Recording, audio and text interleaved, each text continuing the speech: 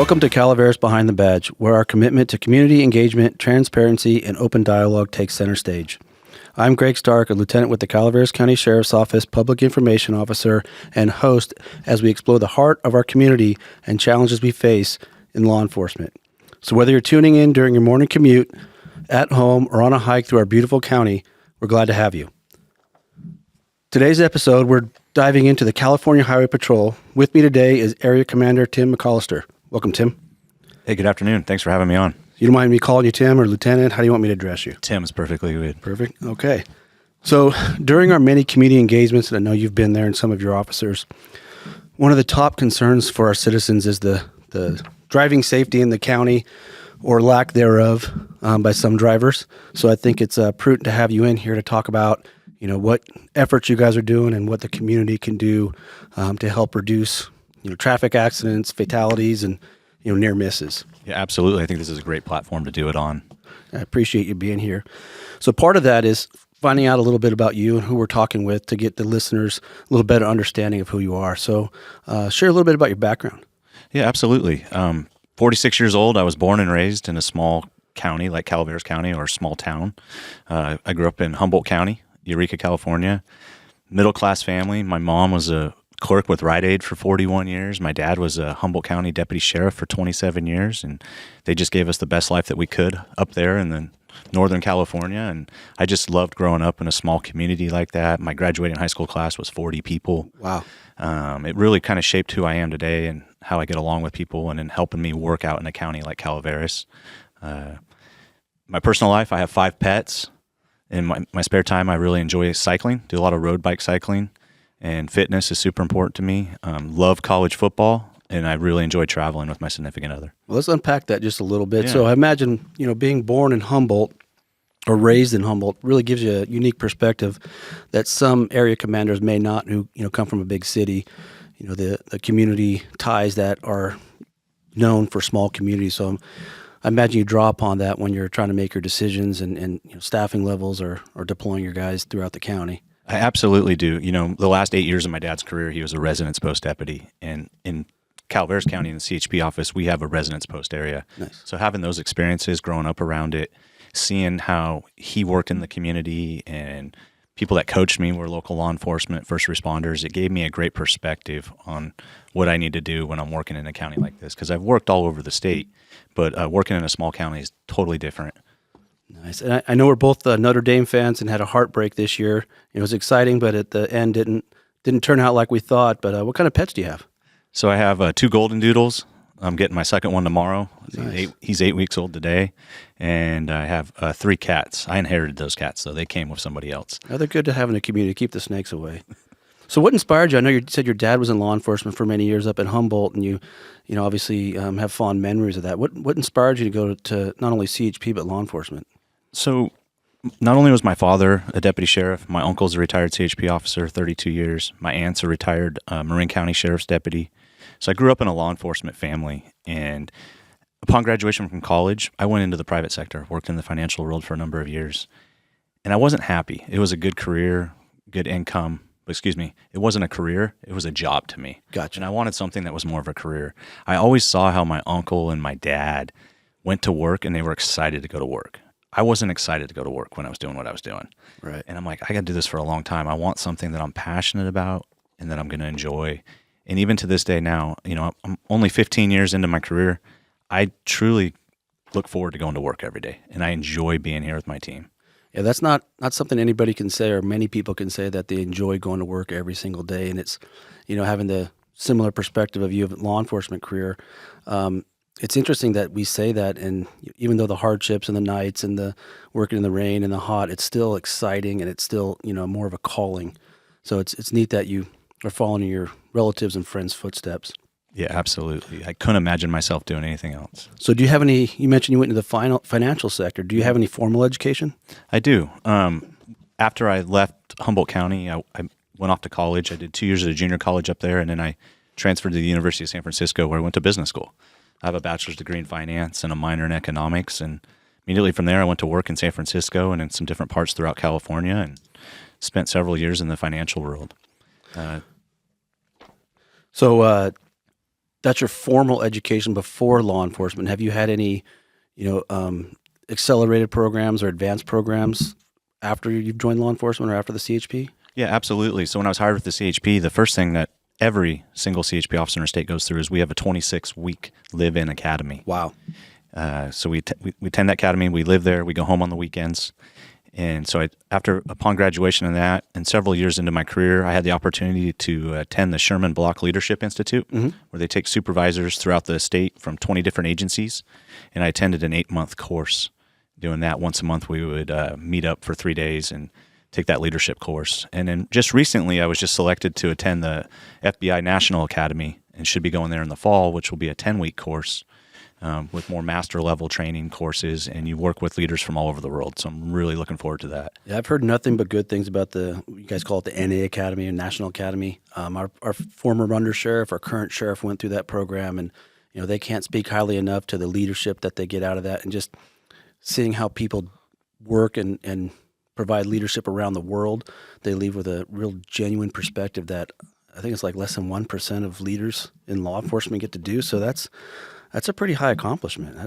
Super excited and honored that the department selected me to go. We only send 4 people a year.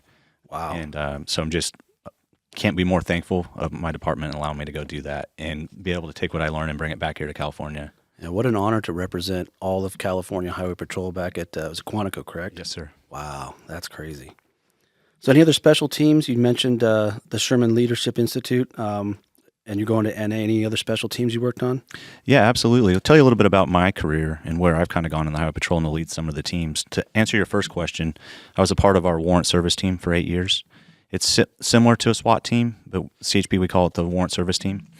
I've also been on our special response team for the last 9 years, and I served on that team as an officer, sergeant, and now a lieutenant. And then, but backing up to start my career, I worked in San Francisco, was my first assignment. And I did some special enforcement unit there for a few months. So I had the opportunity to go work on the Alameda County Narcotics Task Force, which was a phenomenal experience. Multi-agency task force, and we were based out of Oakland, and I learned a lot from my career in that experience. Then after that, I went to Stockton. Stockton was probably one of my favorite areas I've ever worked. Pretty slow? Yeah, real slow. It was... I was there for 2.5 years, mainly on night shift there. Dynamic, fast-paced, constantly got to be vigilant and head on a swivel. But it's a great place to work, and there's just such a diverse community. Working in an area like that has really shaped where I want to go in my career and what I've done. It sounds like the warrant service and the special response team. Sounds like you have a pretty eclectic career all the way up until being selected as a lieutenant and coming up to Calaveras as the area commander. Yeah, absolutely. After I was done having some fun in Stockton, I went to work at our division office. We have 8 field divisions throughout the state of California. And so I went to Sacramento, worked at our Valley Division office as an officer, and I was lucky and fortunate enough to promote in place there as the administrative sergeant. Okay. Spent a couple years there as the administrative sergeant. And then after that, I went back out to the field and went down to Tracy, was a field sergeant for a while. And then I promoted to lieutenant, and I went back up to division and had an opportunity to be the administrative assistant to the chief of the division. Wow. And so that role kept me really busy. I bet it opened your eyes to the behind the scenes of what officers don't know and the administrative and paperwork. And it did. It was just a multitude of things. We're supporting 20 area officers. I was supporting the chiefs. I was in charge of the recruitment team, backgrounds, and the administrative staff, as well as our fleet. So it was a very busy role, but it got me ready for my next role, which was always been my dream role, was to be an area commander, is where I'm at now. Nice. So all those special assignments, any specific success stories or any significant incidents that had impacts on your career? So thinking about this, I've worked a lot of cases and have been involved in a lot of incidents, but nothing that in particular stands out to me. But there's a couple things that do stand out to me aside from cases that I wanted to talk about today. Is the very first thing in this, that when you're at the academy, we have a fountain there. It's a memorial fountain honoring those who have fallen during the line of duty. And we have 232 names on that fountain. And every Wednesday we do a fountain ceremony where the cadets will come out, they'll march around the fountain, and they'll polish the plaques of all the names on that fountain. And then the other cadets will stand around the quad and observe this. moment of silence. And it really just kind of sets the tone for your career that you want to honor your fallen brothers and sisters on that plaque. When you're in the academy, you'll see families coming in and looking at their loved ones or putting flowers on that memorial. And so that had a profound effect on my career, knowing like, hey, one, I want to make sure I go home every day. Right. And now as a leader, making sure my team goes home every day. Right. The next thing I think that was really big to me is, and that stands out the most and I'm proud of, is I primarily worked a night shift. When you work nights with the Highway Patrol, we're always paired up between a certain set of hours. And I probably have 300 to 400 DUI arrests myself, but I've probably been a part of 700 to 800 because my partner was doing exactly the same numbers that I was doing. Right. And so knowing that I've removed 700 to 800 intoxicated drivers off the roadway has ultimately saved lives, and that's our goal. That's our number one goal, is to save lives. So those numbers are, I mean, it's kind of hard to comprehend that many DUI arrests, and this is just coming from two partners in one car in Stockton area, or your through your career, and, 700 people who chose to, not only put their lives but other lives at risk that were taken off the roadway. And I don't, it almost seems like DUIs to some extent become a cliche of, don't drink and drive. Yeah, okay, whatever. But it, really driving home that impact, like, this is a serious safety issue that is 100% preventable. 100%. We have so many options to us today, from rideshare programs, taxis, cell phones, right? Right. Phone a friend. Anything we can do to reduce those traffic accidents. There's a high percentage of DUI collisions. And that's so unfortunate that, accidents, unplanned event, but it's so preventable with DUIs. It really is. And then the last thing that I kind of think of when I look at success stories or things throughout my career is ultimately it's really happened in the last couple of years is having a team to lead, being an area commander up here, and just really working with my team of sergeants and officers and professional staff, and then the community here in Calaveras County. I've worked in multiple counties like we've discussed, and I can't express how well my allied partners and first responders, we work together in this county. And so that's a success story that I always take with me wherever I go in my career, is how we've done things up here. Yeah, it's when it's right and it feels right in this situation. I agree with you. The partnership that we have with not all badge carriers in the county, I think we have a really good thing going, and it's something to be fostered and taken care of. Yeah. And you mentioned your team. So what are the local staffing levels like up here? Yeah, absolutely. Right now I have 17 officers. 2 of them are assigned to our residence post up in Ebbets Pass. Okay. Patrol the upper end of State Route 4 in Arnold. Murphy's East, basically, is where they cover. And then I have 3 supervisors, field sergeants. They each oversee their own shifts. And then I have 5 professional staff. So for that resident post, they're responsible for Murphy's up east, but they can respond anywhere. Absolutely. We utilize them anywhere in the county, mostly out on State Route 4. But sometimes if I have 2 of them working and we're shorthanded down here and in the valley, then I'll bring an extra residence post officer down here and have them work down here. So with the 17 officers and the sergeants, are you guys at full staff? We are not at full staff. We are sitting at an 80% vacancy rate, so I have about 4 vacant positions. We recently, about 7 months ago, got a cadet here, first time in 15 years, and he's off breaking and out on his own and doing a phenomenal job. So is that pretty standard for the state to be understaffed per area? Right now, our staffing levels have been increasing, but after COVID, like everybody else, we saw a drastic decrease in our recruitment numbers. But our department has done a phenomenal job, and we put together this CHP 1000, trying to hire 1,000 officers in a certain time frame. Wow. And we're running 3 academy classes right now. Our recruitment campaigns, we're recruiting nationwide, and it's really been helping out. Good. So the more deputies or more officers you get out on the street, the more DUIs and the safer it'll be. Exactly. We'll reach our ultimate goal of saving lives. So what are some of the misconceptions that the public may have about the CHP? I know there's always that old adage, there's never a law enforcement officer around when you need one. But other than that, what are some of the misconceptions? The ones that I've always seen growing up in a deputy's family, you hear the acronyms or the jokes. But people always, and I've experienced on traffic stops too, right?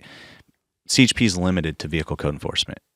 You can't stop me. I'm not on the freeway. I'm not on the highway. Right. That's a very common misconception people have. And I think the other thing is too, is people don't realize that we investigate major crimes as well. And I think people think we just focus on traffic collisions, DUIs, and vehicle code enforcement, but we do a bunch of other stuff. And we've really expanded into those roles for the jurisdictions that we cover. Nice. So you mentioned area responsibilities of a CHP commander. So could you walk me through what rank you have to be a commander? Is it lieutenant and above? And what are some of the responsibilities that are every day to day and some of your long-term responsibilities? Yeah, absolutely. So to be an area commander, minimum rank's lieutenant commander. Okay. And they base it on the size of the command or if there's a communication center. Okay. And so my command's a smaller command, so therefore it's a lieutenant commander, whereas an office like Stockton is ran by a captain. Okay. And he also has 2 lieutenants as well. Okay. Some of my primary responsibilities of a CHP commander is, first and foremost, I oversee the daily operations of the CHP San Andreas area. Okay. And then next, and the most important thing for me as a commander is that I carry out our commissioner's priorities and expectations. Back in 2023, our commissioner came out with this list of expectations, had some goals and some sub-content with them. And each day I follow that. That's kind of like my guidebook, right? And what I'm supposed to be doing. Your Northern Star. Exactly. Yeah, and they're really clear-cut and dry, and there's 3 points and I'll talk about them, that's super important for my daily responsibilities as a commander. One is patrol and enforcement.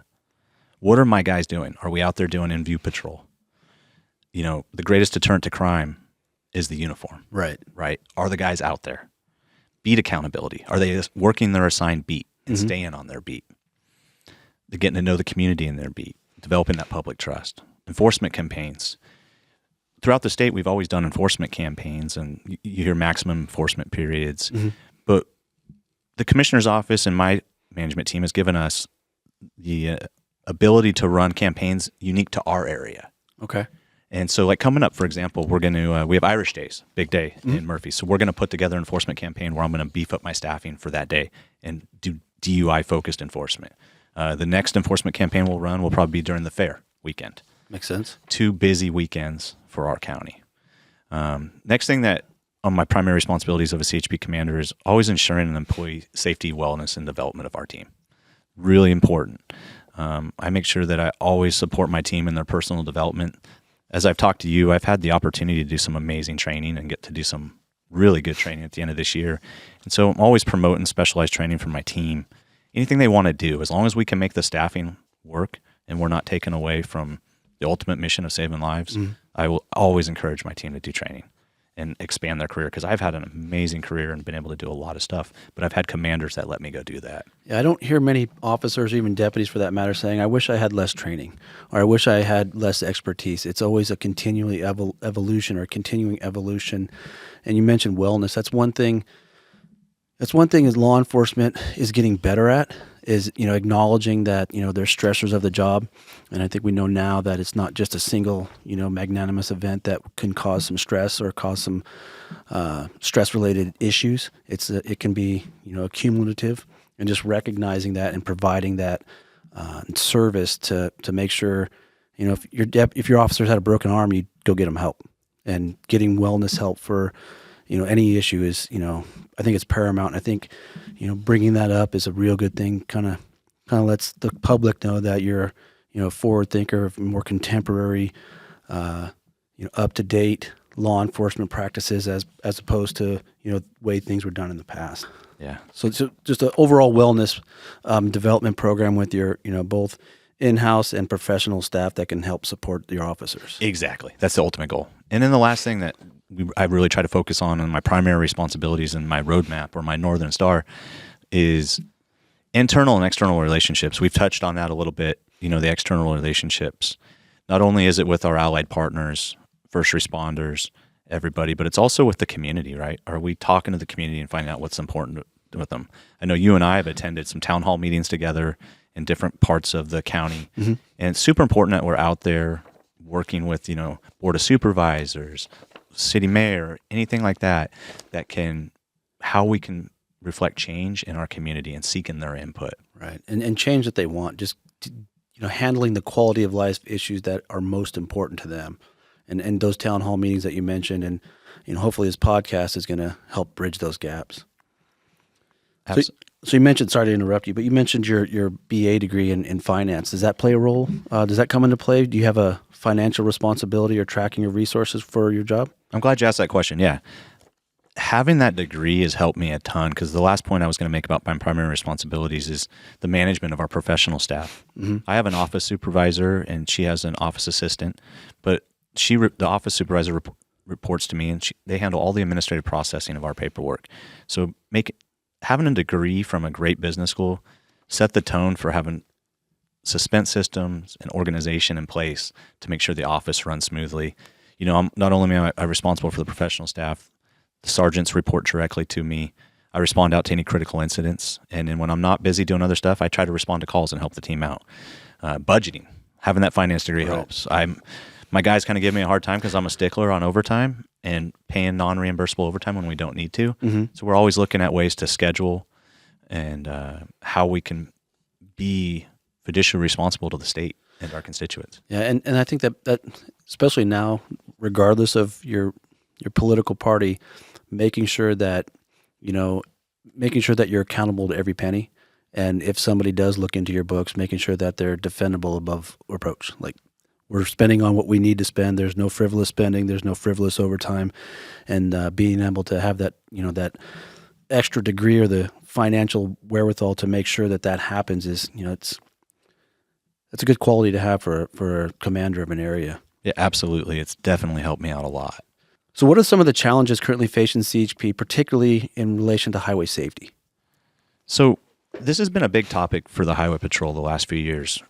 A few years ago, we started to see an uptick in freeway shootings and highway violence incidents, road rage incidents throughout the state. This has been a major concern for our roadway users and making sure that they're safe when they're traveling on the roadways.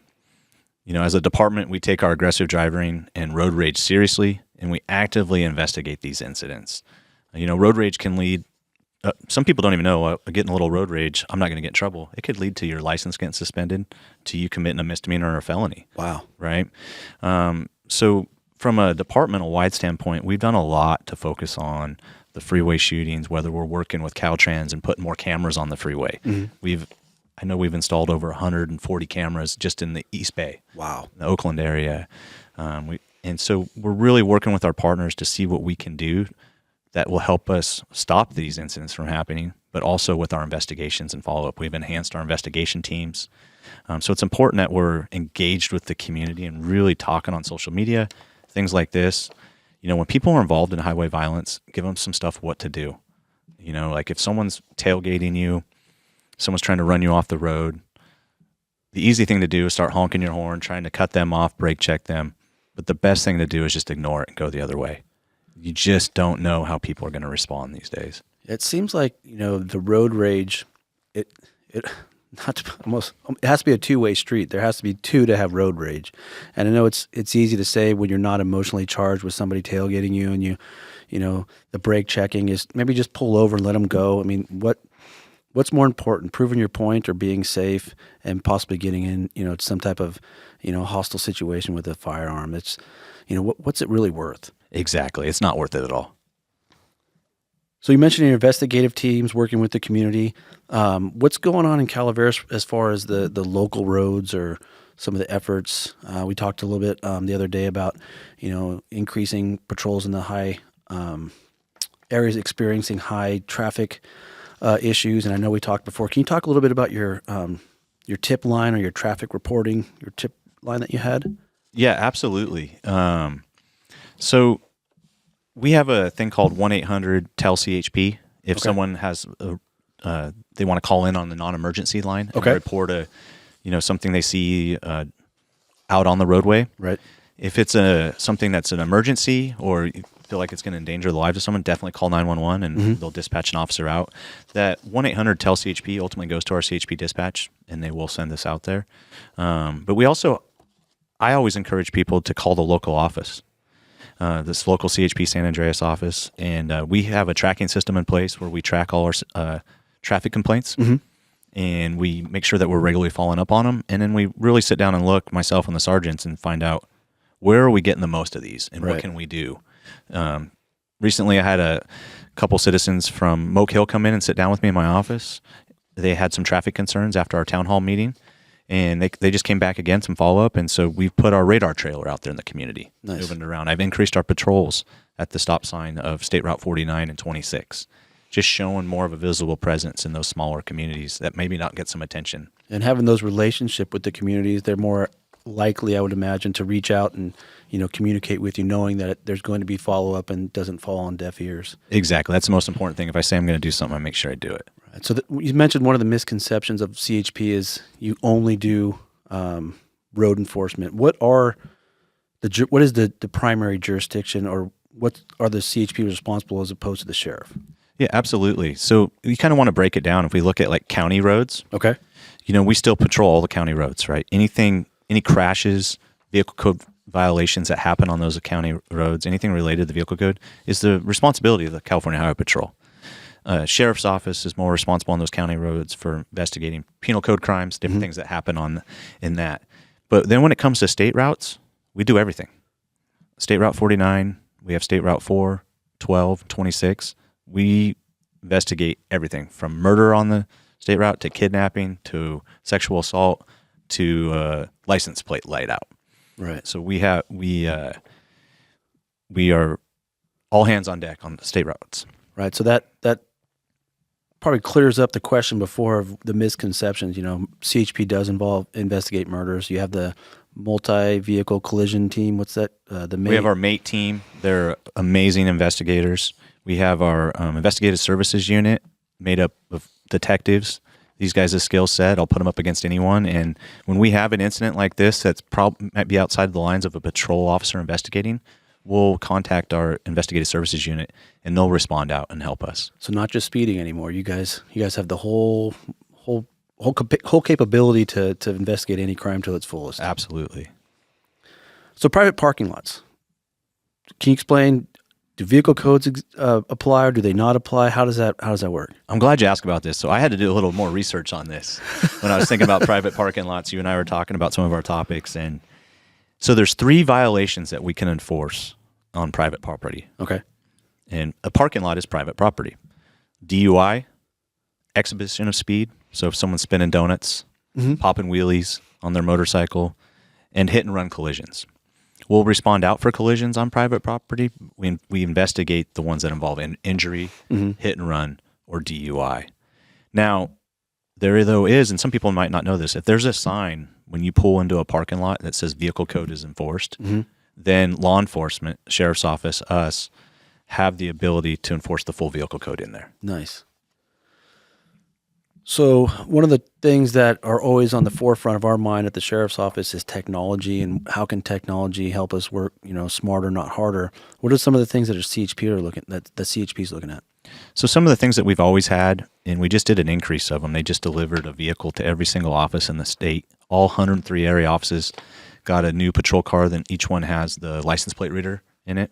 So that vehicle, as you're driving it around, it has 3 cameras on it, and it continuously scans license plates. It's not running license plates as far as who the vehicle is registered to. It doesn't give us any of that. It's running for license plates that are known as hot license plates, whether the vehicle's been entered as stolen. Okay. Maybe it's a missing person. Okay. Elderly alert, right?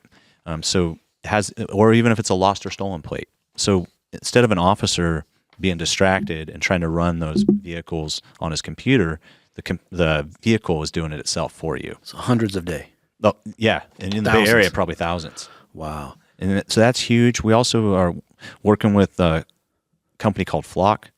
We have Flock cameras throughout the state now, and a lot of agencies are too. And we actually have a couple Flock cameras up here in Calaveras County that CAL FIRE uses. And those also run plates and kind of act like the same thing that patrol vehicles do as well. So it's just more tools that we can to provide a service to the public. So the Flock is a stationary, the vehicle drives by, and the LPR, the license plate reader, is more of a mobile driving around. Exactly, okay. The patrol car. And then the biggest thing too for us in technology in the Highway Patrol is we have a phenomenal air operations program. I know we've worked together with your guys' agency on a lot of our helicopters and search and rescue and anything we can do, and in our airplane and the ability for those airplanes to track people when they're on the ground, whether it's in pursuits or a missing person. Just having that technology with that airplane above is huge. Yeah, I can speak from experience that having the H-20 come over and help pick people out for search and rescue or do the low flying, orbit around the point last seen, they cover a lot of ground. And I've seen the CHP pilots, I can't speak of this enough, they land in some places that I would not think they're such a special pilot to be able to land and do what they do with those helicopters. I can't say enough about how much they've helped search and rescue. And even the guys, like you said, on when pursuits, it allows us to hang back a little bit and, drive safer and, safer for the community. Exactly. So you mentioned calling into the local office for, the tip line or whatnot. A common question we get is, where do our 911 calls go? So if someone's in Calaveras County and they call 911 From a cell phone? From a cell phone, they go to our Stockton Communication Center. Okay. And our Stockton Communication Center broadcasts for Amador County, San Joaquin County, and Calaveras County. So they will broadcast that up to our officers. Okay. So I think the listeners, it may take a minute to get to the local jurisdiction. And when you do call 911 on a cell phone, let them know immediately where you're at. Exactly. Speak calmly, the best that you can. I know emergency incidents can be critical, and just try to convey where you're at and some landmarks, whether it's an address, what county, what city you're in. Even a township. Exactly. Anything you can do to help the sheriff's office or to help the CHP respond to help you out. So you mentioned the commissioner's directive. How does the CHP approach the traffic safety, accident preventions, whatnot on the highways? So something that we always look at is the mileage death rate. Not a lot of people have heard that. It's the number of deaths per 100 million miles driven. And since 2018, unfortunately, the mileage death rate has started to see an uptick. So this became a big priority for our commissioners and our department all the way down to the patrol officer. What are we going to do to reduce the mileage death rate? How do we save these lives? The Highway Patrol is responsible for over 180,000 miles of roadway that we patrol. I've kind of touched on already. I think the most important thing we can do is carry out our commissioners' priorities and expectations, was specifically in relation to patrol and enforcement. Officers are not hanging out at the office. Right. They're not hanging out at Starbucks longer than they should be, right? I get it. We have paperwork to write, a bunch of other stuff that we have to do, accountability and training, but making sure that my guys are doing a lot of that from their beat. And then I've talked to you about those enforcement campaigns. When can we step up our activities? You hear the Highway Patrol talk about maximum enforcement periods during Christmas, Thanksgiving, Labor Day. New Year's. But I think some things we're starting to look at now is, hey, let's focus on some patrol and enforcement on Halloween, St. Patty's Day, Cinco de Mayo. Where are we really having those high percentages of DUI collisions and fatalities? The other thing is education for the community. Are we on social media? Are we providing classes to our young drivers such as Start Smart, where a new driver can come in and sit down with the CHP officer and take a class and learn some about driving and rules of the road? We also have every 15 minutes in the local high schools that try to put on. That Start Smart, is that local? Do you guys do that at your local office? We can do that at our local office. If anybody's interested in having their children come through, and we can absolutely set up a course and teach it at our local area office. Do they get a break on their insurance? That I don't know. I'd have to find out. Couldn't hurt. Absolutely. They'll get a break by not having their child get in an accident. And sometimes the judge will send a juvenile to attend a class like that if they've gotten in trouble for an infraction or misdemeanor. Some other things that we're doing too is we've really trying to increase our drug recognition experts. Okay. Not only, you think of DUI and you think of alcohol, but there's also drugs, marijuana, mushrooms, ecstasy, painkillers. So it's important that our officers and supervisors are trained in the recognition when somebody's under the influence of drugs. Yeah, I would imagine, and doing it a little bit myself, is it's really hard if somebody's under the influence of one thing, like alcohol, they have common symptoms that are, typically related to that. But if they have another drug, maybe there's a, methamphetamine or a central nervous system stimulant, that could, I know there's something else on board. If you don't have that expertise to either recognize it or be able to articulate it to a judge or to a jury, that could be, a lost opportunity to provide some, either additional charges or hold that person accountable. So having that drug recognition expert, it's a really good tool in your toolbox to have for your people. It really is. When we're out at a collision scene and someone doesn't see the objective signs of alcohol or smell the alcohol, but they have that training to identify somebody. Maybe somebody just killed somebody. Right. And if by us having a drug recognition expert there, that person, there's a good chance that person's not going to walk away from what they've done. So we've really tried to increase the number of classes that we're running and the number of officers that we're putting through that. Something else we've been kind of shifting to, and a lot of agencies have, is just social media. Mm-hmm. We've been really putting a big emphasis on social media the last few years, with particularly the X. So I instruct my public information officer, anytime a roadway is going to be closed in our county that's going to affect traffic, is to post that on X. Give traffic updates. If we have a head-on collision and State Route 4 is going to be closed down for a little while, we want people going to our X account to get updates when that road's opened, expectations and everything. And is it a CHP San Andreas X account, or what's the title for that? Exactly, it's CHP San Andreas. Okay. And then something else that we do too in the community to reduce the mileage death rate is working with Caltrans, partnering with county roads. Are we looking at the roadways? Is our officer seeing something where they feel like something's unsafe? And so it's important that we have those relationships to where we can look and see where we can make suggestions and try to enact change. So did CHP have something to do with the engineering, the new Highway 4 straightening down through between Copperopolis and San Andreas? I imagine they had some input, the kind of we used to call it the wagon trail with all the, close bridges and turns and whatnot. I imagine they had some input for that also. I got to imagine it was well before I got here, but just knowing they're looking at crash data analytics, just knowing the process and where everything happened. Something that I just started to implement here in our area this year is, after every fatal collision, I told my supervisor, hey, I want to go back. If I wasn't at the collision scene, and a lot of times I'm not because they happen in the middle of the night, or I'm doing something else. I said, I want to go revisit that collision scene with you, and I just want to observe it when it's not chaos. Right. Is there anything that we could have done from our standpoint to prevent this collision? What does a roadway look like? How's the signage look? What can we do to help? We had 13 fatalities last year in Calaveras County that we investigated and we were responsible for. What can we do to get that to zero? So that you bring up a good point. The number of fatalities in Calaveras, and talking with some of the local friends and family, I mentioned that, and I think the first thing they said, a couple of them were, I bet you it's out of towners. They just don't know how to drive on county roads. And is that any truth to that? I don't think so. No, when I looked at I talked to our accident investigation officer and I talked to my team about that. A lot of these collisions that are happening are locals. Wow. I think sometimes as a local resident, I grew up in a small town, back roads. Mm-hmm. You get too confident in your driving, these windy roads. And I could see that. And like my dad always taught me, a redwood tree doesn't move. They're going to win. They're going to win every time. And it's just super important that the local community realizes it's a lot of locals too, unfortunately.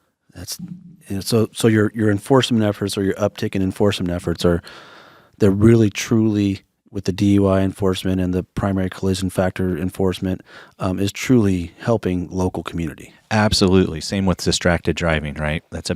We've seen a big increase in distracted driving, and we've been putting more of a focus. I've been instructing my supervisors to do that. Seatbelts, right? Someone might be upset they get a seatbelt ticket, but ultimately, seatbelt saves lives. I can't tell you how many fatal collisions I've been to, and the person died because they were not wearing their seatbelt. Right. I heard early on from one of the local CHPs, like he said, I never had to cut a I never had to cut a deceased person out of a seatbelt. Exactly. So that really hit me of, wow, that's for somebody that goes to almost every accident to have that type of perspective. Mm-hmm. So you talked about the roadway, the MDRs increasing. It appears to be there's an increase of accidents. I know you brought some statistics. Can you share those? Yeah, absolutely. So I know some people say it seems like there's more traffic accidents. Well, when I pull the data, and I've been following this, I've been the commander up here for 15 months, and I'm super proud to say, when you compare 2024 to 2023, our fatal crashes reduced by 31%. Wow. The number of people killed in those collisions or crashes reduced by 28%. Obviously, the goal is 0. Right. But to see a drastic increase like that in 1 year was phenomenal. I was super proud of our team for that. In 2025, just year to date, just for the first month of January, our injury collisions were down 33%. Wow. Property damage was down 50% collisions. So total crashes overall for the month of January were down in the mid 40s percent-wise, and we only had 33 in our entire county. Now, that's 33 too many, some would say. Right. But the year before in January, we had 59. 59? Mm-hmm. Wow. So I wonder if the awareness because of social media, and you guys are doing such a better job of posting them, and I know some of the fire departments are starting to post them a little bit more often. I wonder if the perception has gone up, but the reality is they've actually, through your statistics, have shown they've gone down. They have. So that's interesting because I would have not guessed that. I would have guessed they've gone up, and that's just more awareness, and just you guys are getting your message out a lot better. Exactly. So you talked about the non-emergency line. You talked about the two-way complaint, and to call for emergencies, report 911. You've discussed that pretty well. So if somebody's involved in an accident, what do you think, or what can you explain the procedure, what they can expect? Like, walk me through what people can expect. Yeah, absolutely. So if someone's involved in a traffic accident, the first thing they're going to do is we're going to dispatch once we're contacted, we're going to dispatch an officer out to the scene. So if I'm involved in an accident, am I going to get I've heard this before. I don't want to move my car off the side of the roadway because I'm going to get in trouble. If they're in an unsafe spot, it's totally okay to maybe drive another 100 feet just to get off into a safer location, right? Absolutely. Some safety tips, and that's one of the things that I wanted to make sure I got across today. The best thing someone can do is, if their car is drivable and it's safe to do so, is to drive it out of the roadway and into a safe location. At least get it out of the highway or the county road. Right. Whatever we can do. A common misconception is, I got a flat tire, I can't move it. That car will drive just fine on a flat tire. So it's so important because a lot of our accidents are secondary accidents of an original accident. I'll cringe sometimes when I'm off duty and I see somebody standing in the middle of the freeway exchanging information with somebody. It's like, let's get those cars moving. Let's get them off the freeway. And a lot of people don't know that. We deal with it every day, so we're used to that. Some other important safety tips for the drivers out there: make sure they exit on the opposite side of traffic. Climb out your passenger side door if you need to. You're not stepping out into the lane of traffic. Stand on a sidewalk. Maybe stand behind a guardrail. Walk up an embankment. Keep your head on a swivel and watch traffic until officers get there and can assist you. And I imagine that's where people are going to be fixated on the car, or if there's a drunk driver, sometimes they might come by and hit you. So being behind something, just keep yourself safe.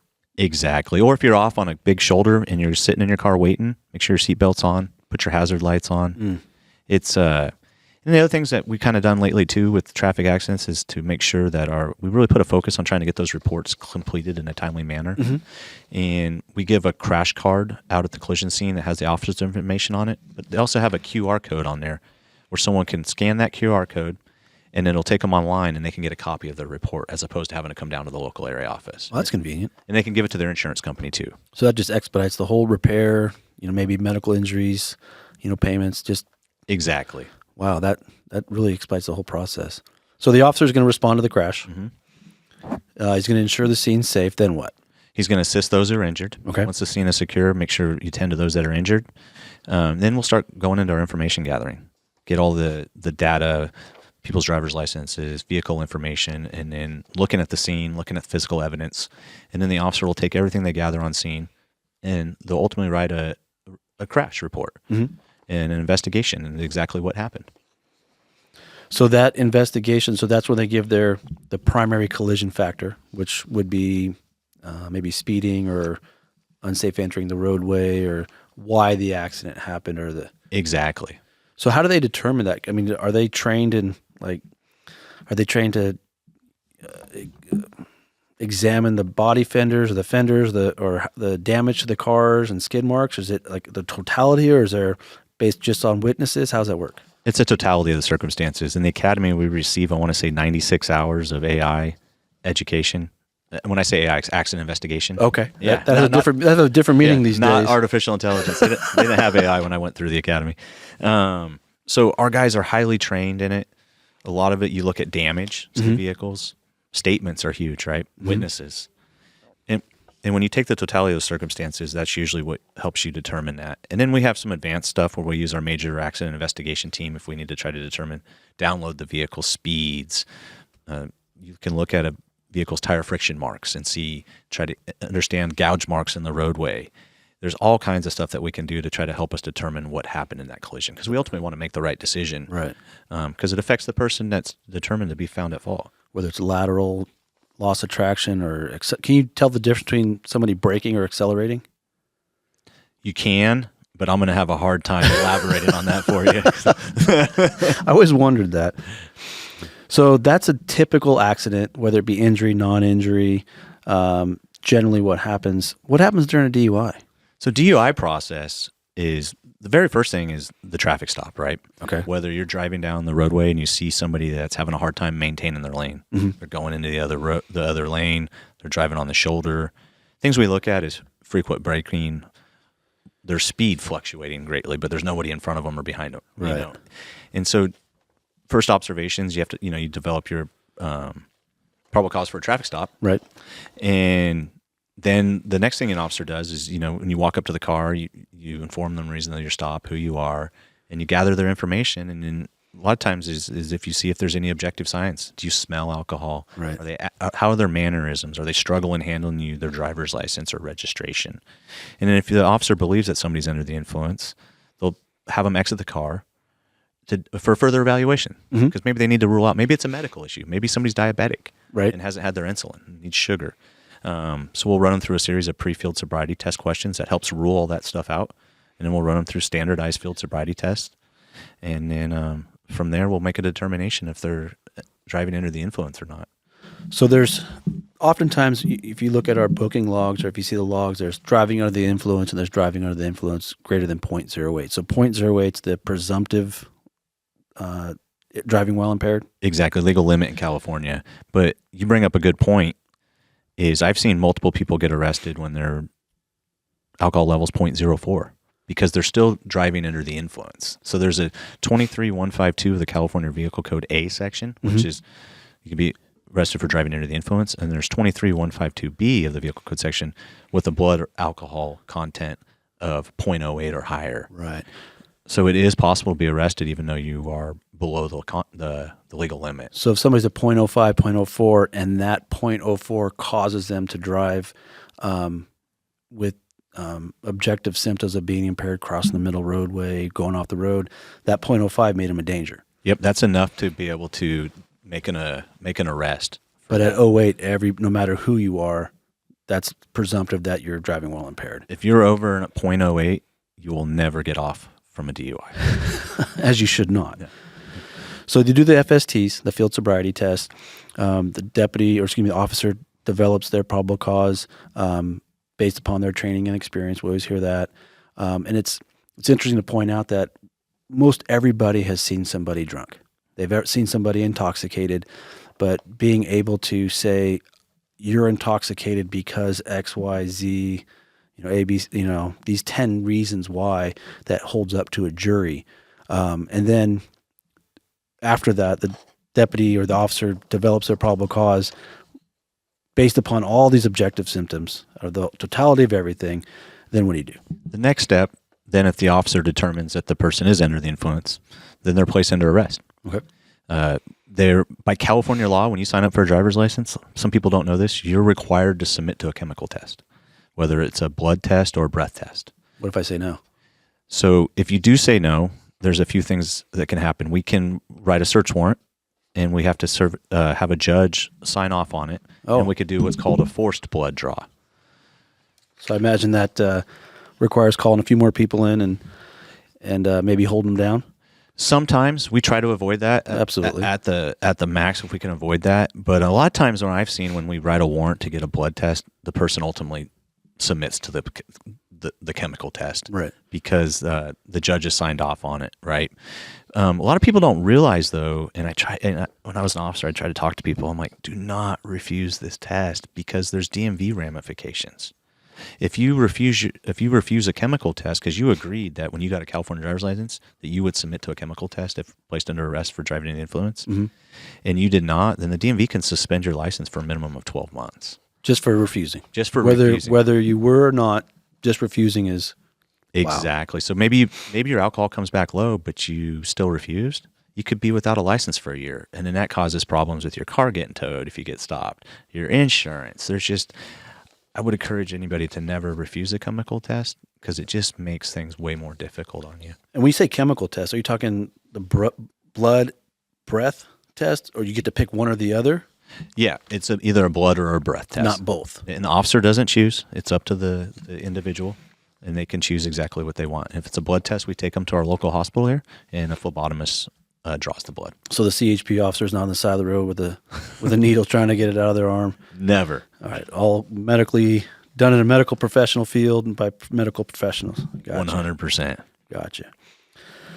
So go ahead. Okay, yeah. Then after that, the next thing we do is we usually will tow the vehicle or release it to a party that hasn't been driving under the influence. I'm a big proponent that if someone's been arrested for driving under the influence, their car needs to go to jail as well. And then when they get out of jail, they can go get their car. Gotcha. So you do have to deal with some tow fees from that. They're taken to the Calaveras County Sheriff's Office jail booking center, right, where they'll sit in there for a little while and then be processed out when they sober up. And then there's two things that people have to deal with after all that happens. And I think a lot of people forget this. You have the court process that you got to go through, but you also have the DMV process, right, which we talked about. So you not only do you got to deal with the DMV, the court could dismiss everything, but the DMV might enact everything. Really? So if I go to court and I have the best lawyer in the world or whatever, and I beat the case, I could still have a suspended license. You could, depending on did you refuse. Right. Your license will automatically be suspended. You get a temporary driver's license for 30 days, and then your license is automatically suspended after that. And the court process takes a lot longer. So no matter what, you're going to deal with that temporary suspension of your license. So during the DMV process, is that where they talk about, can I have my license just to and from work? Exactly. That's where that gets talked about, not during the court process. Yep. Gotcha. So towing the car, it always amazed me when, you have a sober passenger and the driver's, intoxicated and the driver gets arrested. Well, can I drive the car? Well, why didn't you do that to begin with? And like we talked about before, preventable. Just admitting you've had a drink or, was it buzz driving is drunk driving? Just, it's so preventable. Just have somebody else drive or don't drive. I 100% agree with you. So out of DUIs, how many, and I know I'm asking this off the cuff, what's the primary intoxicant of choice? Is it alcohol still? Alcohol. By far? Yeah, gotcha. Absolutely. In this community, that's what I see. Yeah. Alcohol. So what advice would you give drivers to help them stay safe? So we've kind of touched on a few things, but it's important. We've talked about highway violence. Turn your head, ignore it, move on. We always say be a good witness, right?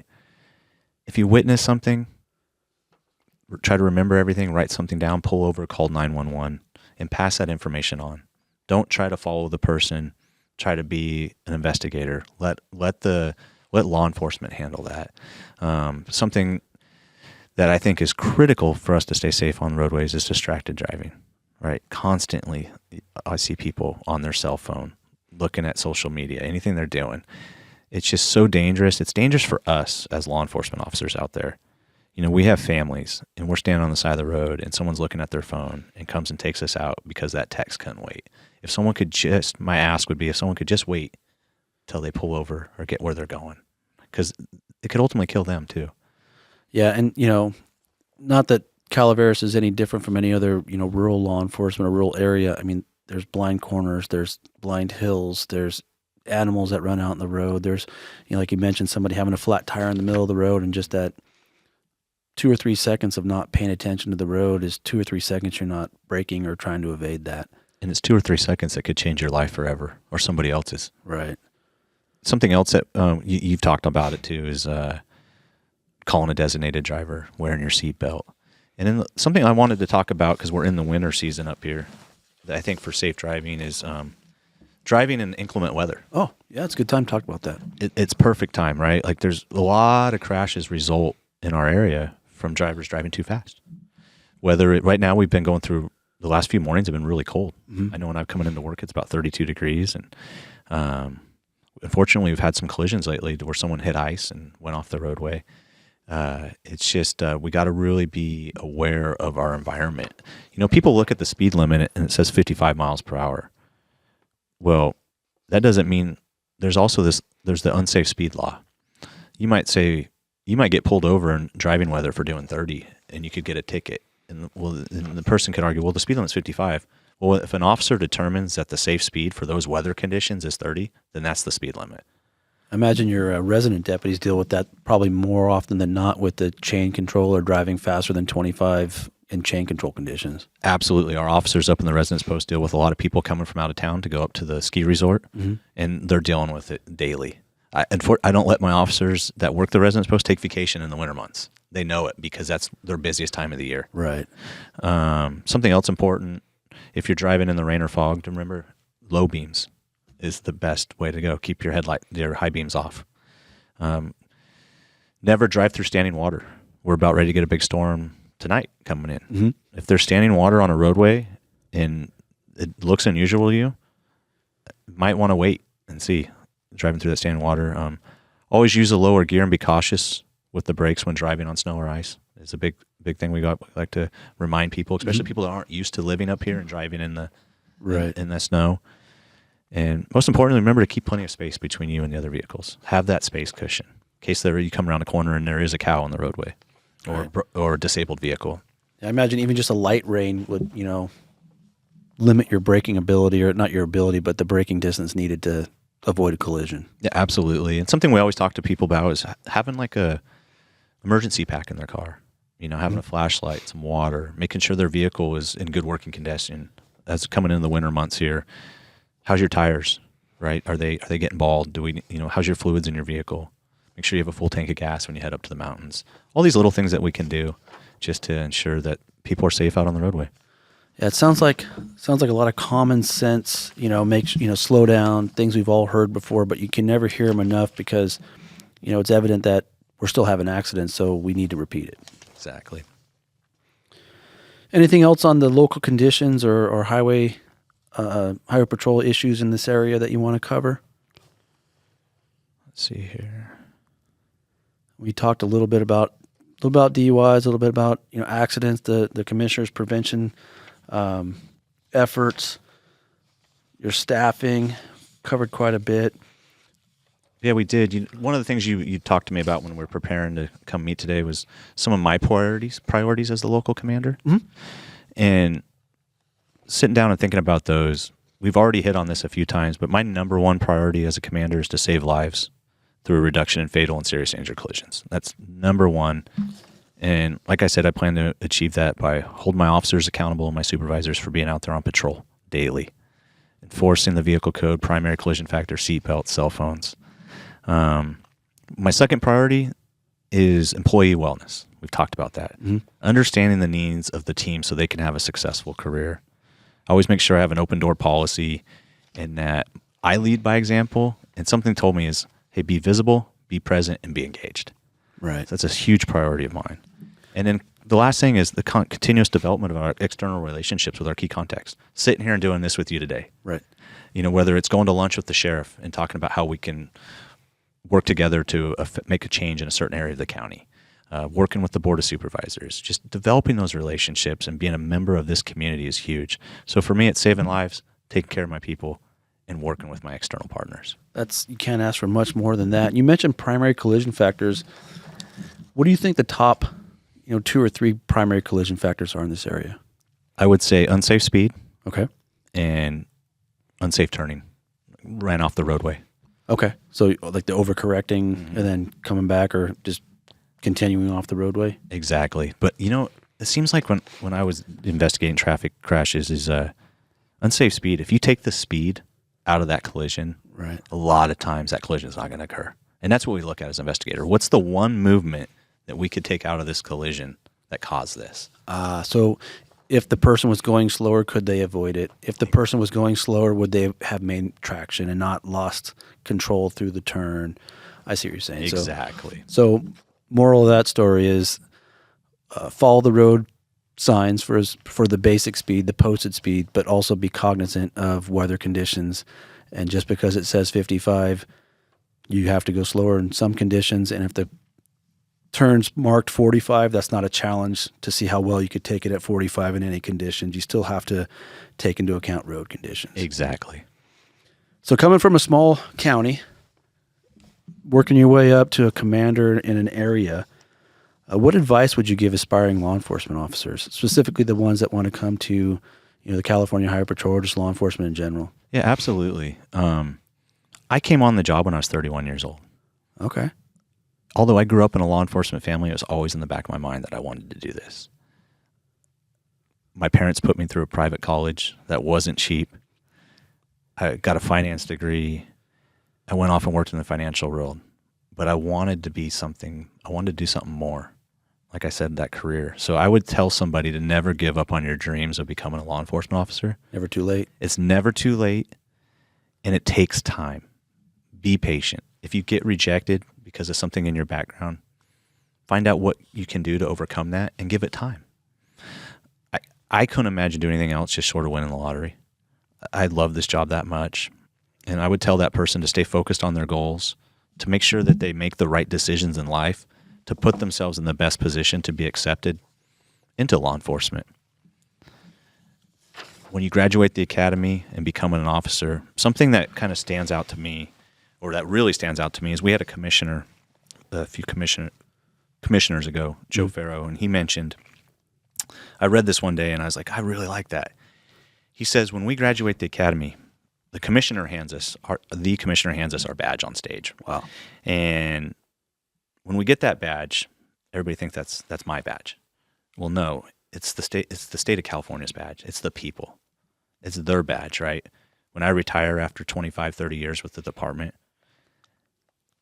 the people give me that badge to take to retirement so that I strive every day to earn that badge. And that's kind of how I try to lead my career and lead my team. Like, we have to earn that badge every day. It's an honor to wear this badge. As hard as it is to earn, it can be taken away from you in an instance. So just making sure that individual who aspires to do what I've done in my career, stay focused and try to earn that badge every day. That's a great Northern Light. Earn that badge every day. That speaks volumes right there. Well, thank you for being on our podcast today, Tim. I really appreciate it. I look forward to working with you in the future. I know we will cross paths again. Anything you'd like to add before we close out here? No, just thank you for this opportunity to come on and speak to the people of Calaveras County and to spend some time here talking to you about our local law enforcement. It's great to have you. Thank you for turning in today's podcast of Calaveras Behind the Badge. We appreciate your engagement and hope you found the information valuable. Remember, your feedback and topic suggestions are always welcome as we strive to address the issues that matter most to our community. Stay safe, and we look forward to connecting with you again in the future.